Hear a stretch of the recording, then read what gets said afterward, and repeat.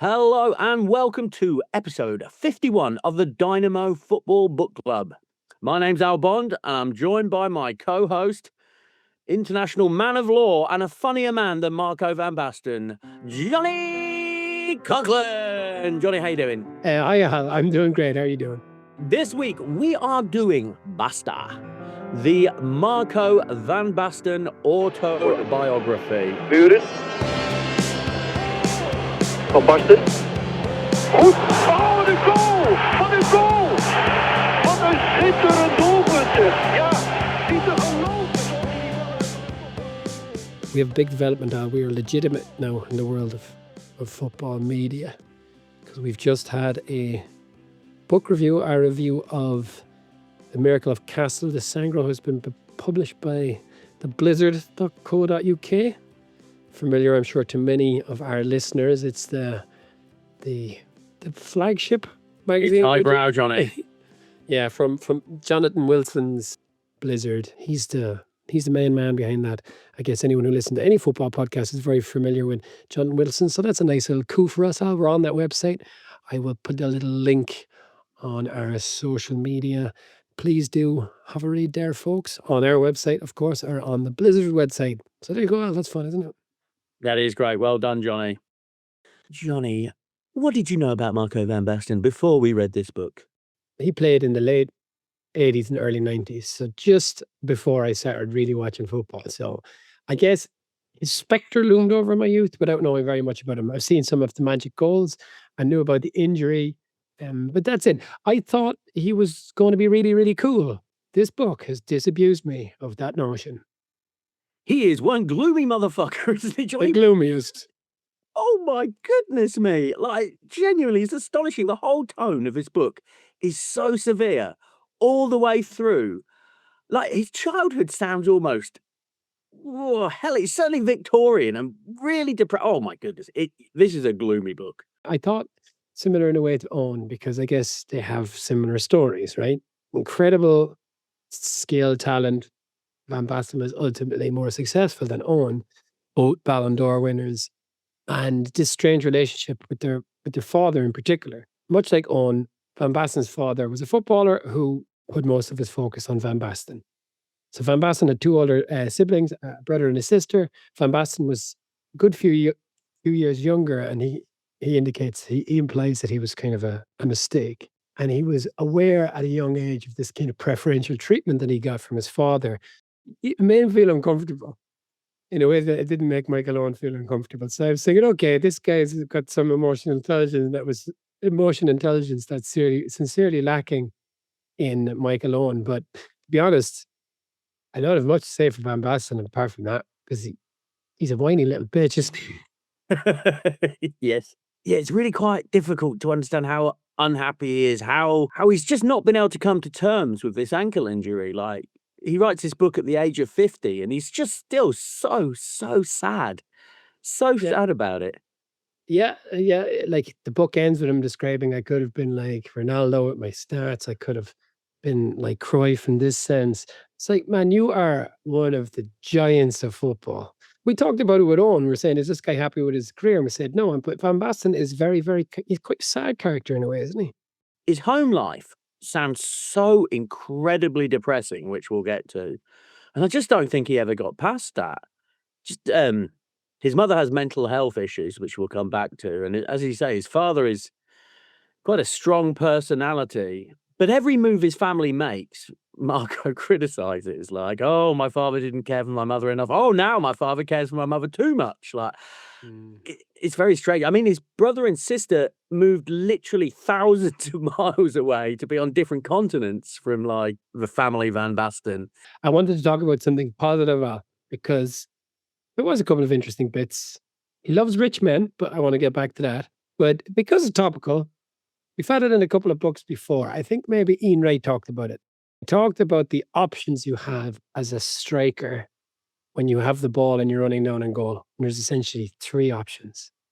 You can go around the keeper, or you can shoot early and try and shoot before the keeper thinks you're going to shoot and shoot past his standing leg, or you can wait and try and wait for him to go down and then you can kind of dink it over him. And he talked about the infinitesimal differences that the top players can do You may be aware, Al, that Ireland recently beat the mighty footballing nation of Hungary 3-2 unexpectedly away from home to proceed to the World Cup playoffs. Are you familiar with this recent development? In all honesty, I'd forgotten about it due to Scotland's heroics. Superior heroics.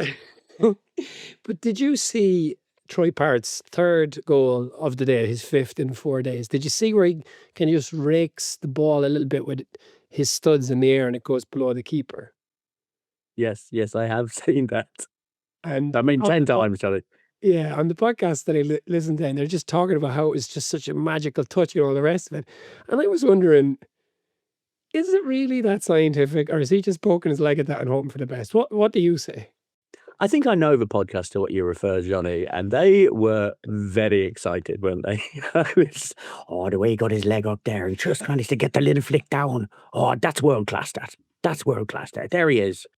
Yeah, I think he just fucking it's the last minute of the game. He's just sticking his leg out a little bit, isn't he? Like, I mean, as if he had the option to think, now the keeper will be here. Now, if I just direct the ball down at an angle of 78 degrees, that will then be able to go underneath the keeper. Yeah, I think a bit. He just fucking stuck his foot on it and it went in, right? Yeah, well, he did this amazing run to catch the timing of the ball, no doubt about that. But they must make those runs and the ball doesn't come to them all the time. And like a few minutes earlier, this other guy, Johnny Kenny, who plays for Celtic, I think it was his first appearance for Ireland. He came off the bench and he had a similar opportunity and he missed and it kind of hit the keeper's the keeper hadn't spread himself, but his arm was kind of down by his side, and it just hit that. And sometimes it just feels maybe this stuff isn't as scientific as I think. Anyway, I think like especially in a situation like that, it's just kind of pandemonium, isn't it? And I think also, despite what certain Irish pundits have been saying for this past week, Troy Parrott maybe isn't in the same class as Marco van Basten. At least not yet. Like, Give him a chance. Well, I met a Spurs fan who said that they should never have let him go, and of course, I agree. But he's got fucking West Ham written all over him. West Ham and a shitty career at West Ham. Oh mate, that's gonna happen, right? It's just he smells of West Ham to me, Troy Parrott. But let me just say as well, I watched that in an Irish pub in Geneva, which obviously sounds raucous enough in itself. The place doesn't open till that game was on at 3:00 here on Sunday afternoon, and it usually doesn't open till 5. So they opened it up for this, and there wasn't that much of a crowd in there. But obviously everybody was there to watch the game. So maybe there was 30, 40 people. And I went crazy, insane in a way I didn't think I was capable of doing anymore. And honestly, the last time I went crazy like that was when Robbie Brady scored against Italy in 2016. But I found myself holding a chair, like a wooden chair in the bar, and I was just slamming it on the ground repeatedly. Just, I don't know why. I don't know why. Well, I bet it was a place. Oh, it has been. What an international break it's been, Johnny. Really, really exciting. Yeah, it's magic. And we have, these playoffs, we've got to play Czechia and Denmark. Czechia and then Denmark are kind of recent international bête noire. But this is our World Cup, really, because it's going to be tough. And if we get through this World Cup, then we've got another World Cup at the end of that one. Amazing.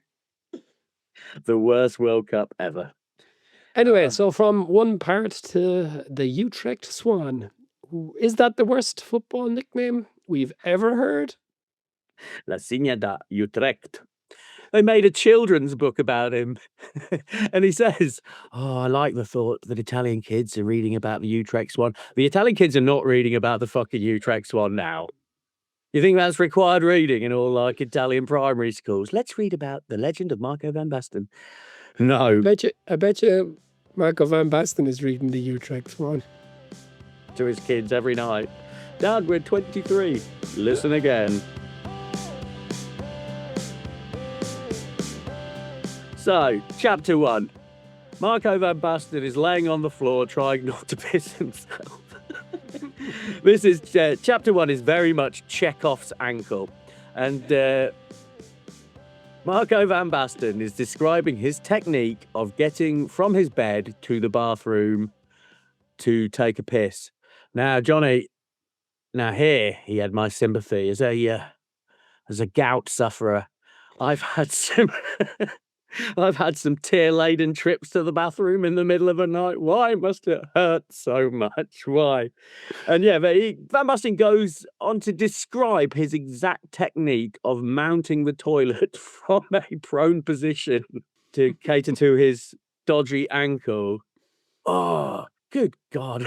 It's like, oh, I don't know what a Dutch accent, I'm not going to do it. But like, I hope my kids don't wake up to a urine-covered landing. Bloody hell. Didn't you score a wonder goal or something? Why am I reading about your urine-soaked trip to the bathroom? But I think he's trying to convey just how bad his ankle is. He asks, is his ankle a test from God? Is this a lesson in humility for him? This ankle, I'm telling you. Do you know what I got to tell you, German word though? And as you probably know in German, I don't speak German, but I gather you kind of can just make words by just kind of ramming other words together, which is kind of fun. So there's a concept in German called a Sitzpinkler. Do you know what a Sitzpinkler is? Is this someone who pisses in a sink? It's close. Apparently, it's quite common for men in Germany to piss sitting down. Did you know that? Dunno. That sounds like Second World War anti-Nazi propaganda, doesn't it? Like, bloody Jerry sitting down as he takes a piss. Well, that's what a Sitzpinkler is what you call someone in Germany who pisses sitting down. I was told that during the week, and I thought it was pretty damn funny. But anyway, he was more of a lying down pisser, I guess, and I don't know what the Dutch word for that is. The Dutch language is fucking insane. It's probably Ubi van Dooby. Oh, I know. So immature. But some of these names in this book, my God, they're absolutely mad. They're just mad. There was one guy, and I listened to the audiobook, and I always find this because I listened to the Cruyff audiobook as well, I think. Did I listen to that? Yeah. And so then it's been read in just a normal, whatever, kind of neutral voice with no particular accent. But then anytime they say anything with a Dutch name, they kind of fall back into it. And there was a fella called Jaap van Groot, which is the most Dutch name, isn't it?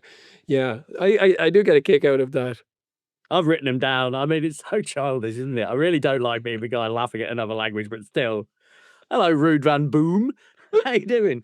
Oh, look, it's my chairman, Jerome Slob. Slob? Fucking hell.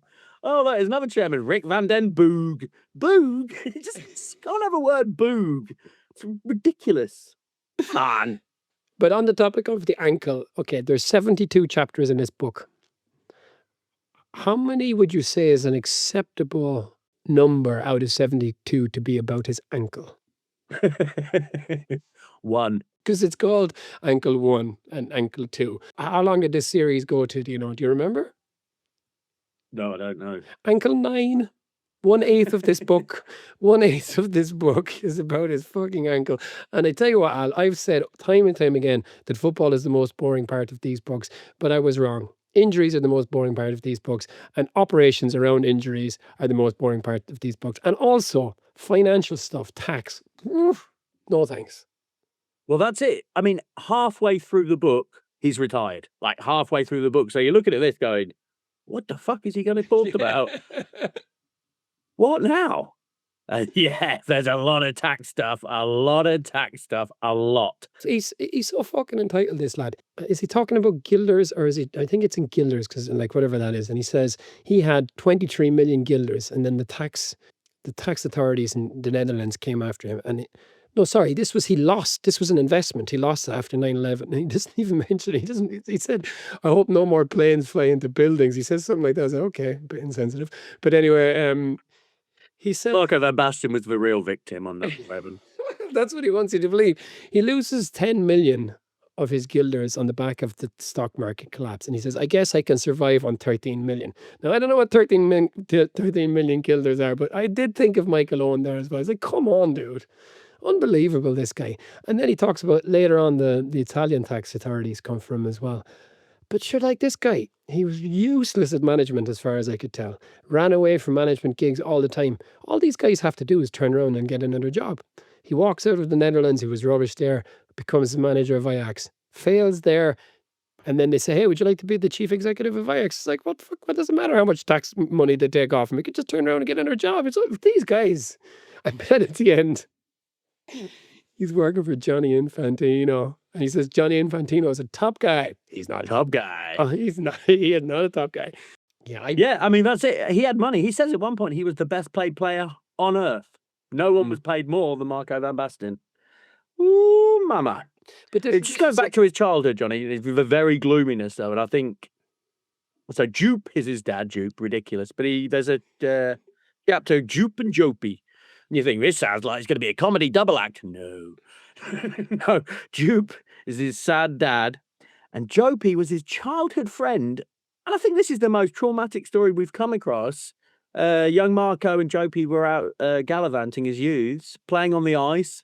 Jopey fell in. Marco there witnessed it, didn't know what to do, ran off to get someone eventually. Jopey was dead. And then he kept a picture of Jopey with him, and his dad fucking ripped it up. What the fuck? It's... Wow. Yeah, it really sounds a weird childhood. Yeah, I just got real Victorian sad vibes about it. That was heavy, that stuff with that poor little boy. Yeah, absolutely horrible. And Yeah, that's it. And he goes on to say his dad hit the bottle, his whole family. Maybe you didn't need to put that in, Marco. Like slacking off his... You mean Jupy's dad, right? Yeah, Jopey, yeah, exactly that. Like, we didn't need to know that. Yeah, very, very sad. And he must have been incredibly scared by this, Van Basten. I mean, it's difficult to picture anything more traumatic as a child. You know, you carry that guilt with you. He was the only guy there. I mean, maybe if he'd done things differently. I mean, he talks about that. Awful. Yeah, absolutely. It is awful. And he's just a kid. Like, he's about 10 years old at this point. Awful. Yeah, it was terrible. Absolutely shocking. But there are some interesting characters in the book. And Cruyff remains one of the funnest characters in football to me. Because he's such a maniac. And Cruyff kind of takes the young Van Basten under his wing. Van Basten, understandably, idolized Cruyff. And he finds himself as quite a young man, a young player, after signing for Ajax, playing with Van Basten, an older Van Basten who's retired and kind of finishing up his career and that kind of thing. I think he actually played against Van Basten when Van Basten was at Feyenoord, but whatever, I can't remember the exact chronology of Cruyff's career, but he's playing with him and Cruyff is taking him under his wing and he's teaching him this stuff and he just keeps talking to him relentlessly about how to do stuff, and Van Basten and his friends are making fun of Cruyff, doing impressions of Cruyff pretending they're Cruyff smoking cigarettes and stuff. Cruyff is such a cool character, isn't he? He's the anti-Van Basten. I mean, he's so cool, right? He's absolutely brilliant. I mean, Van Basten, to make his debut for Ajax, comes on for Johan Cruyff. I mean, come on. It's like being understudy to Laurence Olivier or something. And you cannot deny, when he was in Holland, that boy was scoring for fun. Go, go, go, go, go. But yeah, but Cruyff is a reoccurring character, right? At some point, Cruyff's wife, Danny, describes the two apples of Johan Cruyff's eyes were Marco van Basten and Pep Guardiola. Fucking behemoths of a game, like the continuity is wild. But sorry, just on the coming on for Cruyff, we did a draft a couple of weeks ago on father sons. Something I failed to mention, even though it was on my notes, is do you know who Eidur Gudjohnsen came on for when he came on as his debut in his international debut for Iceland? Did you know who he came on as a sub for? I think I can make a guess at this point. Gudjohnsen Senior. Yeah, that's cool, isn't it? That is cool. It really is cool. Yeah. If I were to ask you, Al, after reading this book, some Van Basten career stats, would you be able to tell me them? No, because it's not really focused on his achievements. It's focused on every negative thing that ever happened to him. It's like he makes his debut for the second team. He scores 4 goals. 4 goals on your debut. That's a decent start, isn't it? But then we get instead pages on a dugout collapse in Ajax where some poor fucking lost 3 toes. And he's like, oh, if I was nearly there. I could have been in that dugout. It could have been my toes. Oh, imagine if he'd lost his toes when he was young, how gloomy he'd be then. Yeah, I don't know. There's something so sexy about that period of Italian football in the early 90s, right? It's just there's something, because I guess we all had that Gazzetta Football Italia in the background as kids, right? So there's such a nostalgic cool to it and kind of otherworldly cool with all the players, all these handsome players with their long hair and their great kind of healthy lifestyle and lovely food and all their sharp suits. So I was just thinking, Van Basten, he's just going to be so damn cool. I wonder what they made of him in Italy. Yeah, he does seem like a bit of an egg. You know, he did try and at least buy into it. As he said, he bought into the Italian lifestyle, as did his wife. So take notes there, Owen. He went on holidays after his first season because it had been such a long and difficult season. He needed to have a rest. And he said that he had recorded loads of tapes on his Walkman and he was sitting sunbathing, listening to Wham, Wake Me Up Before You Go. And I just loved that picture. I just thought that was a lovely picture of the coming force in football, sitting by the swimming pool. He's got his, those headphones that have got those kind of funny little metally plastic thing and they pop around your ears like earmuffs and he's listening to George Michael. I just thought that was quite a nice image. It was quite a nice image, and it was immediately followed up by him going whoring with Robbie DeWitt and watching Robbie DeWitt's arse banging a hooker because he'd finished first. So that nice image of innocent young Marco bopping along to George Michael is immediately ruined by the image of Robbie DeWitt's flabby white arse, as described by Marco van Basten, banging away at some Mexican hooker. So yeah, I would have left that out, Marco, if I were you. But there you go. Your choice. Your choice, old son. Yeah, I think he did make some interesting editorial choices. But there are interesting things in this book. And his career is amazingly short, right? When you look at it in the span of the international game, his international career was effectively 1988, 1990, and 1992. That's it. Kaput. Of all the footballers whose career has been ruined by injury, I'd put him at number one, eh? I mean, certainly in terms of talent. I mean, you talk about Norman Whiteside last week, but in terms of talent, this was arguably the best player in the world who basically after 22 was off to the knacker's yard. Yeah, and he was the top of that 4-4-2 list that they padded out with Carlos Puyol and whoever else. But he was number one. But okay, so he's playing for Ajax, as you say. He's getting these injuries very early in his career. Cruyff becomes manager of Ajax, and Cruyff wants to return Ajax to kind of European glory, and they qualify for a Cup Winners' Cup. And at this point, Cruyff is getting pissed off with Van Basten because Van Basten doesn't want to play because he's hurt. And they make a deal. Cruyff says, just play. This is like Paul McGrath at Aston Villa when he's like 35. Just play the European games. You don't have to play the league games. You don't have to train. So he does. And they win the Cup Winners' Cup. But I kind of got the sense that maybe this really fucked up his ankle. Yeah, it does sound that way. Concerning his ankle, it just seems he makes every wrong move.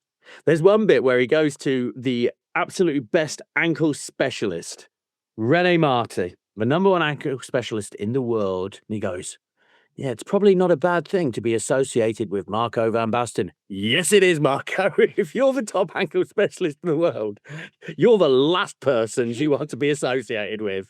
Like, blimey. Yeah, it probably does his reputation a bit of good. No.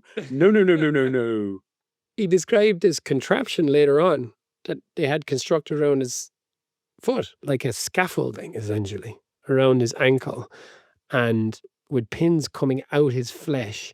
And he had to twist this thing twice a day. And it was separating his bones in order that whenever it was he needed to... cartilage could grow. Oh, mother of God. That sounded medieval, man. And I'm no ankle specialist, Johnny. I don't claim to be a medical doctor. But I was looking at that and I was thinking, nah, it's not going to work. I mean, I've got the benefit of hindsight. But like, let's just stick a metal contraption on your leg and then the cartilage will grow back, won't it? Will it? All right. So he absolutely fucking nails it. His last game before he goes to Milan, scores 4 goals. Don't fuck around, Van Basten. That's the way to do it. During this time, also, his mother suffers a heart attack. It's so grim. And she goes into a coma and she loses 30 years of memories, apparently. She never recovered, right? Yeah, and the Utrecht fans were singing Your Mother's a Nutter, which he says, I found this totally insensitive. Yeah, I'd say so. I'd say that was pretty insensitive. He's from Utrecht, and his dad was a fan of this team as well. Ugh. Yeah, sometimes we forget footballers are real people, and we'll come back to that, Johnny. Some of the stuff about about managers was interesting, I thought. And the most interesting, possibly of all, related to Rinus Michels. So he's this architect of total football. And so he was in charge in 1988 when they won the European Championship.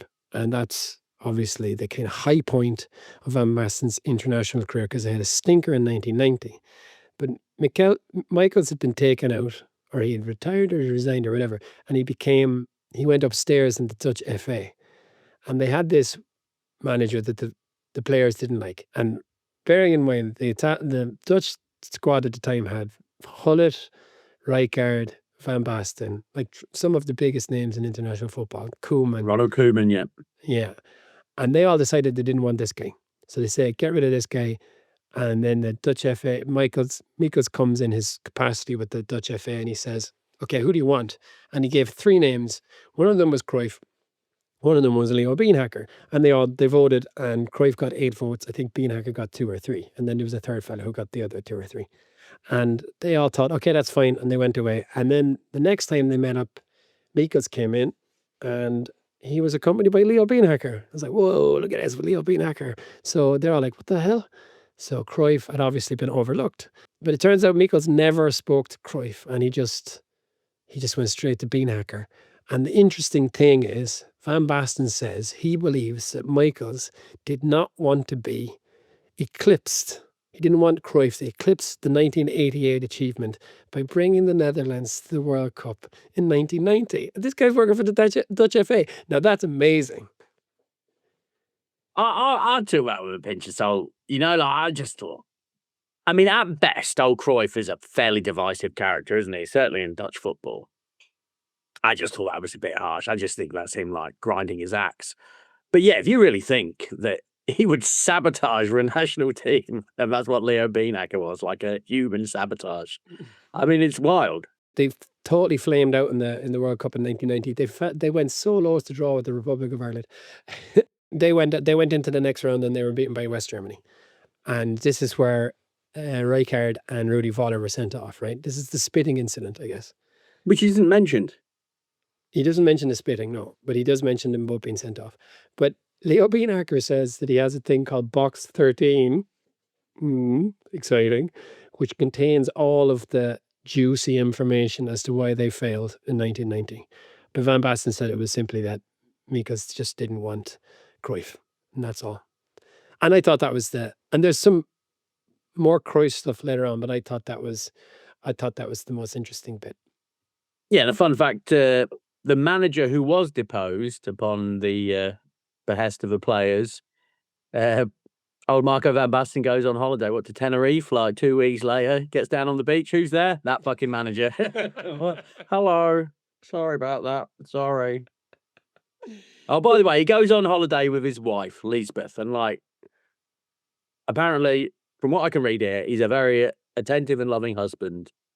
I'll tell you what, always, the biggest footballer trope, I think, is everyone was very excited about my 4 goals, apart from my wife. She doesn't care about football. Has any footballer ever married a woman who cares about football? This is always what they think keeps them humble, right? It's like, oh, my wife, she just doesn't care about the football. Someone marry someone who likes football, she's going to fucking think you're great, I mean, marry someone who likes football, and she's going to be like, fucking hell, Marco. What a day that was, I married you. I really do think that's a trope, right? I think footballers read it, it's like, oh, my wife doesn't really care about football. And they think you, the reader, is going to go, what a good, humble man. And I'll just think, fucking hell. She keeps me grounded. And he goes off to Milan, and he's playing under Arrigo Sacchi and later Capello, but they just win. They just win all around him. Although he doesn't play for the first year because of this ankle thing. And the Milan folks are kind of pissed off with him. But obviously he gets in the team. He comes back. It's him. It's Hull. Eventually it's Rijkaard. And they just cannot stop winning. They win the European Cup. They win the endless Scudettos. And he wins the Ballon d'Or 3 times. But, he talks about the different finals briefly enough. None of that gets a whole pile of attention. And at any rate, I think some of that stuff kind of passes me by anyway, if I'm honest. Yeah, I'm more interested. And let's get back to the powerful men that he loves so much. He does. God, he really does. So he's saying at Milan, Silvio Berlusconi used to fly in a helicopter land on the training pitch, come into the dressing room, and all the Milan players would stand up and applaud. Come on. Fucking be men. All but one. Ruud Gullit. Oh, mate, Ruud Gullit came out of this book real good, I thought. Yeah, and I'd say of the two players he spoke about, perhaps in the most complimentary way, are Gullit and also Ancelotti. Yeah, Ancelotti, busy midfielder. Yeah, big heart, but apparently not very mobile. Not very mobile, yeah, another injured lad. But then I like this bit as well. So he's playing under Sacchi, right? And Sacchi has come from Parma. Berlusconi gets him in. Van Basten is Berlusconi wanted to make Milan not just the biggest team in Italy, but the biggest team in the world. And he's just so impressed by Berlusconi's wealth. And he talks about flying on this private jet of Berlusconi's. And at some point, he talks about being approached by Agnelli from Fiat and from Juventus, and him saying, "Oh, we should have bought you in 1997." It's like, I just couldn't believe this man saying this to me. He just loves these wealthy guys so much. It's nuts, isn't it? Because, like, who's more famous, Marco van Basten or Agnelli? Marco van Basten by a country mile. Yeah, but that's it. That old Agnelli turns up to his old hospital bed and he's like, I can't believe that a man this powerful would come to console me. Blimey, relax. Yeah. But then he says, Sacchi, they're winning, you know? And Sacchi is kind of very proud, but he's playing this Catenaccio style football, I guess, very defensive, very rigid. And before Rijkaard comes along, it's especially rigid, but Rijkaard brings a little bit more flair to the midfield. And Sacchi's always banging on about tactics and to Van Basten and kind of essentially beating his own drum a bit. And one day he says to him, "We didn't win because of you, Arrigo. We won in spite of you." Can't imagine any manager would really like that. So that was kind of fun. I enjoyed that. And then Sacchi went to Berlusconi and said, "Look, I can't work with Van Basten anymore. It's me or it's Van Basten." And then who did Berlusconi pick? Lovely old Van Basten. Lovely lick spittle, Marco van Basten. I'll have you know, he applauded me when I turned up in my helicopter. He's my choice. And then Capello comes in. He plays, I think he said 55 games for Capello and only ever lost one. And that was his very final game under Capello. And Capello, again, just comes across with this, well, I guess maybe in some of the English international, in the books of the England players who play under him, Capello comes across as a bit weird. But in other books, he comes across as a bit of a stone cold motherfucking badass, doesn't he? He does. Regrettably, that stone cold badass is always ruined in my mind at the thought of Jimmy Bullard running up to him saying, "Postman Pat," and then running off. Apparently that's what he used to do when he did get called up to the England squad. Big schnoz. But yeah, he plays under Capello. They win more leagues, they win more European Cups, and that's the end. That's where he should have finished the book. That's where he should have finished the book, Marco. Regrettably, no. Here's some of his observations on playing in Italy. Italian players dry their hair using hair dryers. Ruud Gullit had never seen the like. I highlighted that, Johnny, because I wanted to just bring up a funny story. When our mutual friend Dan visited me in Sierra Leone, no functional electricity, he brought with him a hairdryer. Imagine the guy through his bags like, what the fuck is this? Oh, you brought your hairdryer, Dan. You brought your hairdryer. It's no fucking electricity, mate. Oh, I loved it. He just styled it out. He just styled it out. A friend of mine went to study in Birmingham. I'm 41, so this is probably a generational thing. Maybe it's changed in Ireland since. But he came back with tales of the English boys drying their hair with hairdryers. I mean, I have dried my hair with a hairdryer. Not in the last 10 years, though. I'll give you that, I think. Probably not the last 15 years. Yeah. Yeah. Well, you know, I brought my little girl to the pool the other day. I've been bringing her to the pool. And she dries her hair with the hairdryer down. I've started doing it. It is a bit of a treat. Such body it gives your hair. Exactly. Yeah. And after that, after his playing career, so he describes taking penalty against Peter Schmeichel in the semi-final of the Euros in 1992, and Schmeichel saving it and them going out because he was the only one to miss. He talks about what you can do in a penalty, about essentially picking the side or waiting. And that was interesting to the extent that anything was all that interesting in this book. But yeah, then after his career comes to an end, he goes down in the dumps a bit, and then he loses lots of money with investments, and the tax man comes calling at various times, ankle, ankle, ankle, and then from nowhere they just give him the Dutch job. Now you're manager of the Netherlands, and this is the thing about Van Basten and his kind of his self-pitying attitude. He's just handed opportunities because of who he is and his incredible status in football, but he's not qualified for this. He does okay with the Dutch national team, but they don't win. Yeah, he does fine. But yeah, the whole thing is he gets so stressed about it, he can't sleep. And they had to hire a guy, what's his name, like Eric Reen, who was like just basically there to comfort Marco van Basten. He said he like called him at 4 a.m. like, "Can you come to my room, please? I can't sleep." And he'd be like, "You're okay, Marco. You're going to win tomorrow." It's like this is like a guy hired by the Dutch FA just to be your handler. It's like that's surely you've got to be able to cope with the stress. He can't cope with the stress, right? And every time he gives up a job as a manager, he's delighted. And then every time someone says, "You want another management job?" he's like, "Yes, please." Yeah, he's absolutely deluded. There's one bit where he gets the job at FIFA. That's right at the end. And he's like, "Oh, they want me for my ideas, not my name." No, but I don't want your stupid fucking ideas, you idiot. I mean, he's a proponent of fucking VAR, that prick. He's one of the big guys behind VAR. So keep that to yourself, Van Basten, you arsehole. It makes football fair. Incorrect. He became the manager of Ajax.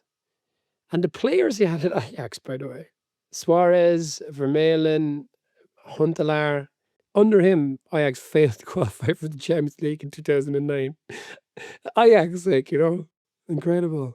The Ajax are a funny one, aren't they? They are, because he sort of loves them, but he also doesn't like them much. He's like, you have to understand, people talk about the Ajax Academy, but in fact, the Ajax Academy looks so good because Ajax is the biggest team, so all the best players go to Ajax. I never really thought about it like that. I thought it was quite funny. It's like, oh yeah, the legendary Ajax Academy. It's just they've got the best players because they're the biggest team. He also describes the Ajax Academy as a veil of tears at one point, camouflaged by Ajax continually winning the league. Wow, that's pretty good camouflage, isn't it? Like, he also really, on a couple of occasions, really singles Donny van de Beek out for praise as for being a wonderful footballer. That didn't really age very well. But he had Suarez and he didn't win the league with Ajax. You should be ashamed of yourself. Suarez may be the best player to have played in the Netherlands for the last, 20 years. But okay, he was young when he was at Ajax. And he does funny things. So he is at Ajax, he steps down, they lose loads of games, he steps down. He becomes a manager of Heerenveen. He's appointed as AZ manager. They lose a few games. He steps down. And then he says, "Can I actually be the assistant?" So he becomes assistant manager. Is that the only time you've ever heard of that happening in football? Must be. yeah, to willingly take that step down. Is it motivated by money? Because he really does seem miserable when he's a manager. Always. I'm sure it's not for everyone, but yes, Al, why does he keep taking them if he hates it so much? He talked about Ian Robin at one point. What does Robin do now? Oh, yeah, I've no idea. Like, some people just disappear. Obviously, Robin is doing something, but like, if you're not into something, just don't do it, man. You don't have to be a manager. All right, let's Google it. I'm going to guess football coach in Dubai. I'm going to guess he's on Dutch television. Oh, he's playing on the professional paddle circuit. Paddle circuit? Paddle tennis. Yeah, you're familiar with this? It's like pickleball in America. There's a professional circuit, though. How much do these lads get paid? Well, I think maybe Ian Robin is okay. I think there's probably quite a few fellows, professional footballers, competing in the paddle circuit, precisely probably because you don't get paid very much. But there you go. That's what Ian Robin does. But yeah, like, you don't have to be a manager, Marco. Why are you doing it? But then after all of that, after the various failures, Cruyff approaches him. And obviously at this point, it's not very interesting to the likes of you and me, because we're talking about, football administration in the Netherlands, club administration. He's approached by Cruyff, who's got a grand vision for kind of bringing Ajax back to be controlled by players, which Ajax famously has been since, right? With Van der Sar and Overmars before he was sexually harassing that colleague of his. But Cruyff wants to bring these players in to have these various positions, and he wants Van Basten to be the kind of the CEO, effectively, football director or CEO, the main man. And Van Basten is like, no, I'm not sure about this, and then eventually talks him around. But then there's some other alternative plan that essentially sounds like the same plan, but someone else is pushing it. And Cruyff doesn't want it to go this way because I guess Cruyff is not in control. And Van Basten calls around to Cruyff's house. Cruyff is out.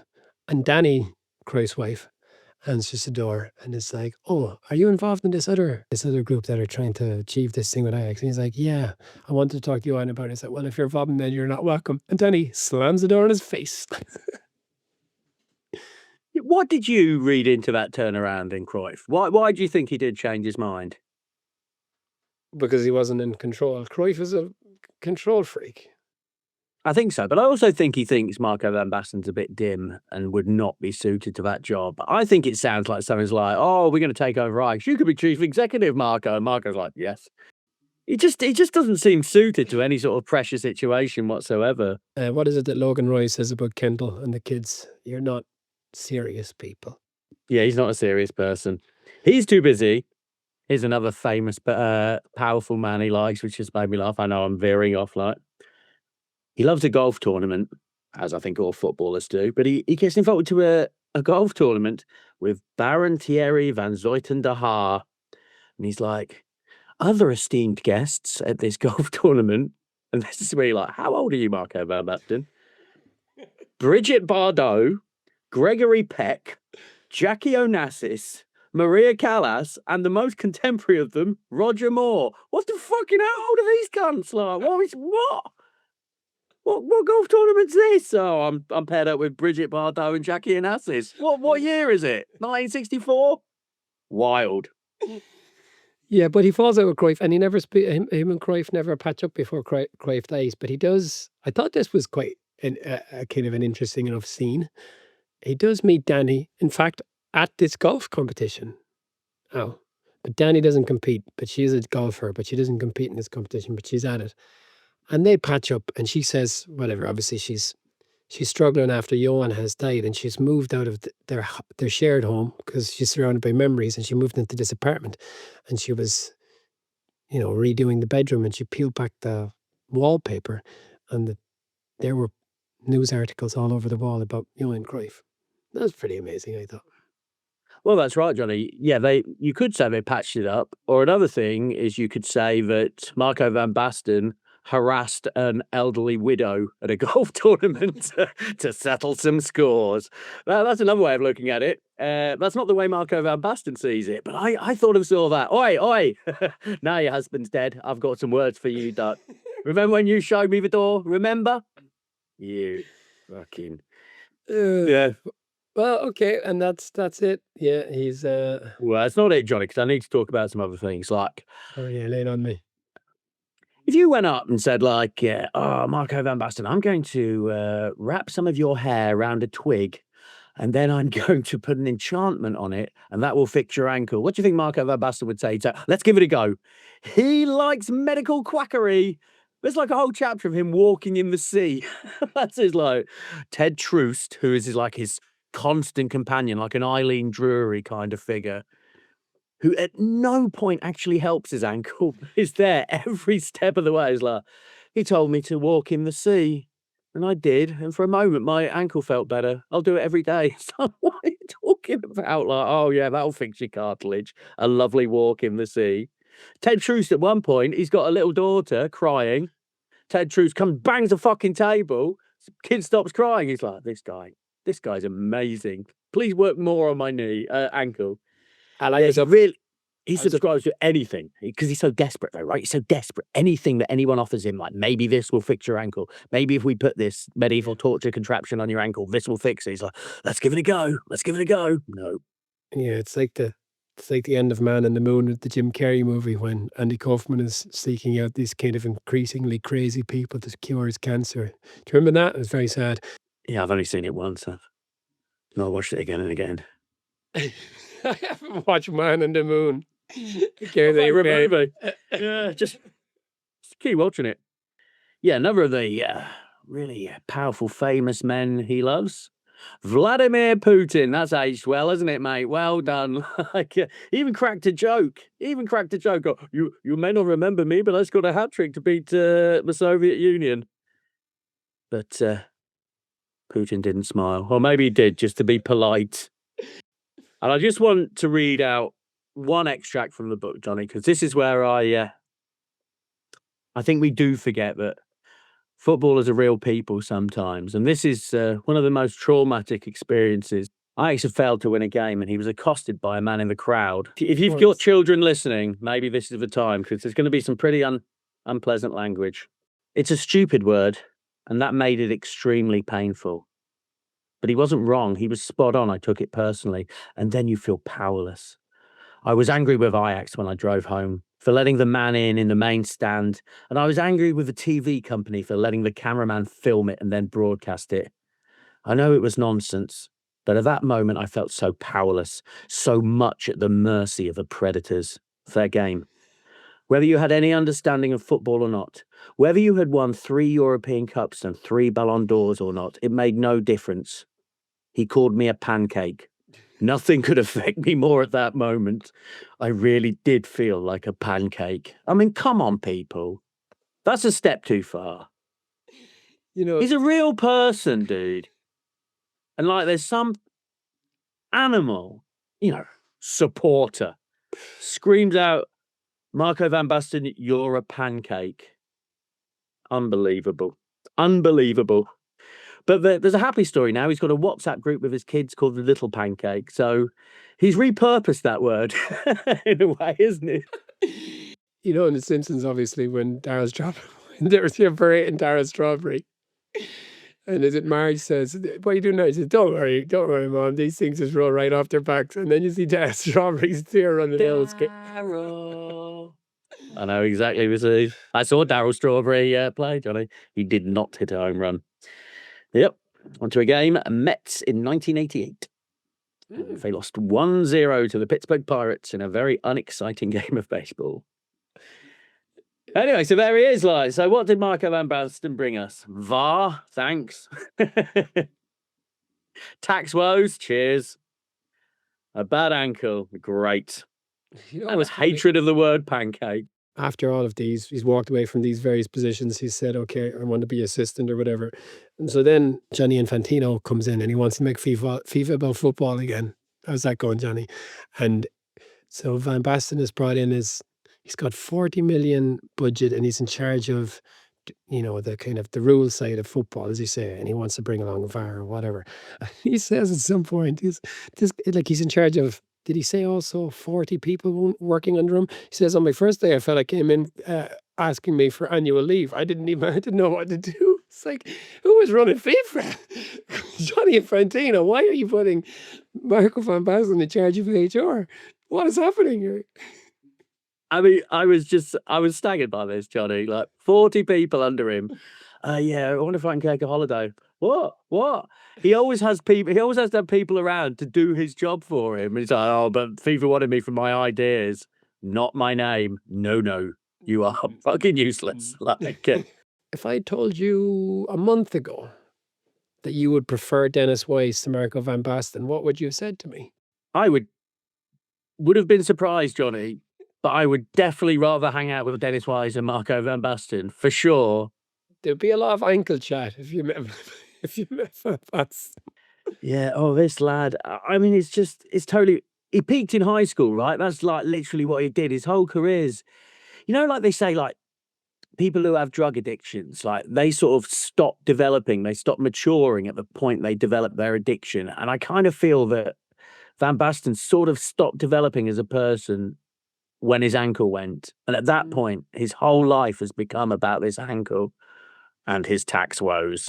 I remember we did the Fowler book. I was surprised because Fowler has always seemed so cool. And in the book, he wasn't very cool. And I remember just thinking, why did you write this book, Robbie? It's not going to burnish your reputation. It's just going to make people think, maybe Robbie Fowler is not as cool as they thought. But the same here, even more so. Why did you write this book, Marco? Why? Yeah, I mean, it just gives him an impression of an incredibly gloomy guy who's unhappy with the massive riches that have been bestowed upon him. I mean, it must be frustrating. I get it. You were the greatest player in the world, arguably, and it's over. You're a very wealthy man who plays golf in Italy all day fucking long with your beautiful family and your beautiful wife. It's not so bad, dude. It's not so bad. Yeah, I can get by on 13 million. Yes, you can, Marco. You'd like to think so.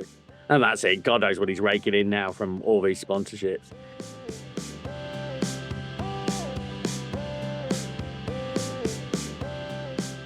It is a gloomy book. What would you give it, Johnny? I'm going to give it 2 amputated toes out of 5.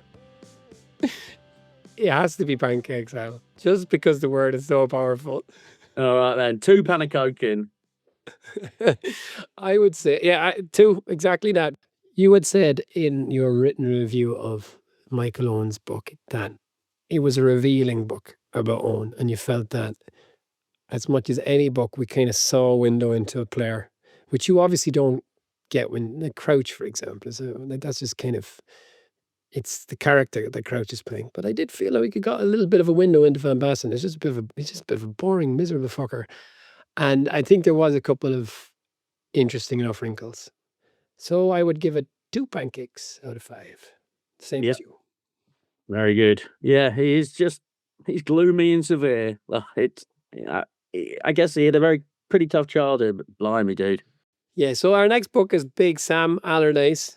I think it's called Big Sam, isn't it? I'm sure that would be like. Of course it's called Big Sam. I mean, what else would Sam Allardyce call his book? Say what you like about Big Sam. He's probably pretty funny, isn't he?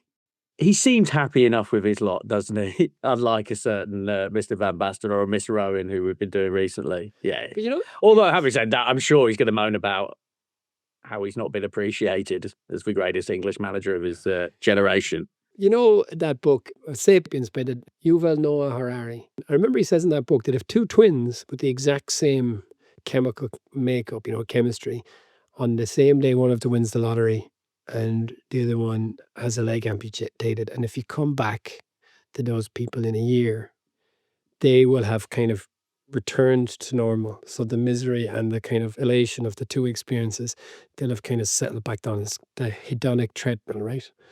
And right. I guess reading this book, you just think that whatever happens to these guys, whatever happens to anyone in life, it doesn't necessarily make them upbeat. It's crazy, isn't it? Yeah, no, absolutely right. So many regrets. And like, obviously, this is a tragic end to a glittering career, but amazing. This is an amazing life. Yeah, he travels the world. He does whatever he wants, whenever he wants. It's 28 years ago, bruv. Let it go. Yeah, well, I guess you're right, though. I think he's traumatized, right? And you said that he sees all these quack doctors, and I want, like, has he ever tried to? I'm sure he has seen people to talk about his ankle, but that doesn't seem to have helped him. Maybe this is why he did the book. That's why he did the book. Now I've had it fused and I can walk without pain. Okay. It's pretty random. Bloke in my bar had his ankle fused recently. He's not written a book about it, feeling sorry for himself. Yeah, it's a shame. Anyway, poor old Marco. On we go. So on to Big Sam and his pints of wine. Thank you very much for listening. As Johnny says, we'll be back with Sam Allardyce in 2 weeks. And next week we're doing 5-a-side draft of shitty tattoos. Or just tattoos, I guess. Exciting tattoos as well. If I can find a really fucking great tattoo, we'll highlight it. Yeah, absolutely. If you can find a good one, I'd be even more interested. Thank you very much indeed, Johnny. Thanks, folks, and please do like and subscribe and rate us a little review if you get the chance. Thank you very much. Cheers, Al. Cheers, fella. Dal dottor Motti. Siamo sul 3-0. Largo Tassotti, il passaggio è per Rijkaard. Si defila Colombo, il lancio è su Gullit, il colpo di testa per Van Basten, il gol clamoroso di Van Basten, stupenda azione del Milan, 4-0. Quarto minuto del secondo tempo, Marco van Basten, vedete la combinazione olandese, il colpo di testa di Gullit, l'arresto di Van Basten, il controllo, il sinistro impietoso che trafigge ancora buio.